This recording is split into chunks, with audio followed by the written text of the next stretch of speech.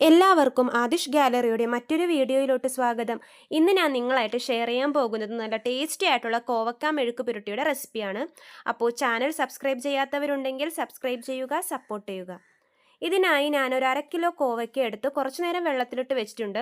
ഇതിൻ്റെ അഴുക്കൊക്കെ നല്ലോണം ഒന്ന് ഇളകിയതിന് ശേഷം നമുക്ക് നന്നായി കഴുകിയെടുക്കാം.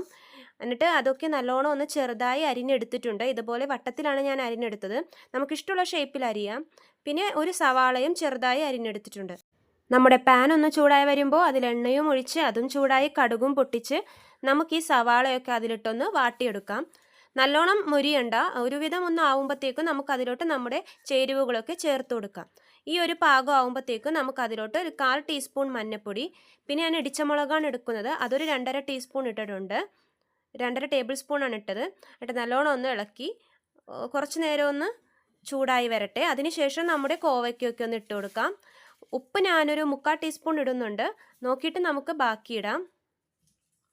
എന്നിട്ട് നല്ലോണം ഒന്ന് ഇളക്കി വെച്ചതിന് ശേഷം ഒരു 5 മിനിറ്റ് നമുക്കൊന്ന് മൂടി വെച്ച് വേവിക്കാം. ഇടയ്ക്കൊന്ന് ഇതുപോലെ ഒന്ന് തുറന്ന് ഇളക്കി കൊടുക്കണം. തീ നമുക്ക് ഒരു മീഡിയം ഫ്ലെയിമിൽ വെച്ചിട്ട് വേണം ഇങ്ങനെ മെഴുക്ക് പുരട്ടി ഉണ്ടാക്കാൻ, അല്ലെങ്കിൽ ചിലപ്പോൾ അടിപിടിക്കാനുള്ള സാധ്യതയുണ്ട്. എന്നിട്ട് ഇടയ്ക്കിടയ്ക്ക് ഇങ്ങനെ ഇളക്കി കൊടുത്താൽ മതി. ഒരുവിധം ഒന്ന് വാടി വരുമ്പോഴേക്കും പിന്നെ അടക്കണ്ട, നമുക്ക് ഓപ്പണായി വെച്ച് തന്നെ ഇതൊന്ന് ഫ്രൈ ചെയ്തെടുക്കാം. ഇപ്പോൾ ഒരുവിധം വാടി വന്നിട്ടുണ്ട്. ഇനി നമുക്കിത് അടക്കേണ്ട കാര്യമില്ല. ഉപ്പൊക്കെ നോക്കി വേണമെങ്കിൽ വീണ്ടും ചേർക്കാം. എണ്ണയും കുറച്ചധികം വേണമെങ്കിൽ നമുക്ക് ചേർക്കാം. അപ്പം നല്ല ടേസ്റ്റി ആയിട്ട് തന്നെ കിട്ടും.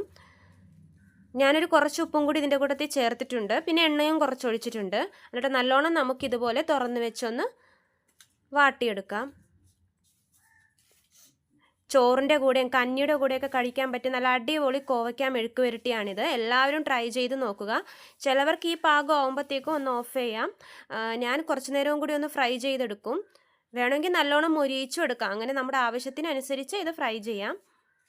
കണ്ടോ, നല്ലോണം ഒന്ന് വാടി വന്നിട്ടുണ്ട്. അപ്പോൾ എല്ലാവർക്കും ഞങ്ങളുടെ ഈ വീഡിയോ ഇഷ്ടമായെന്ന് വിചാരിക്കുന്നു. സബ്സ്ക്രൈബ് ചെയ്യാത്തവരുണ്ടെങ്കിൽ സബ്സ്ക്രൈബ് ചെയ്യുക, നമ്മുടെ വീഡിയോ ലൈക്ക് ചെയ്യുക. അപ്പോൾ എല്ലാവർക്കും നന്ദി.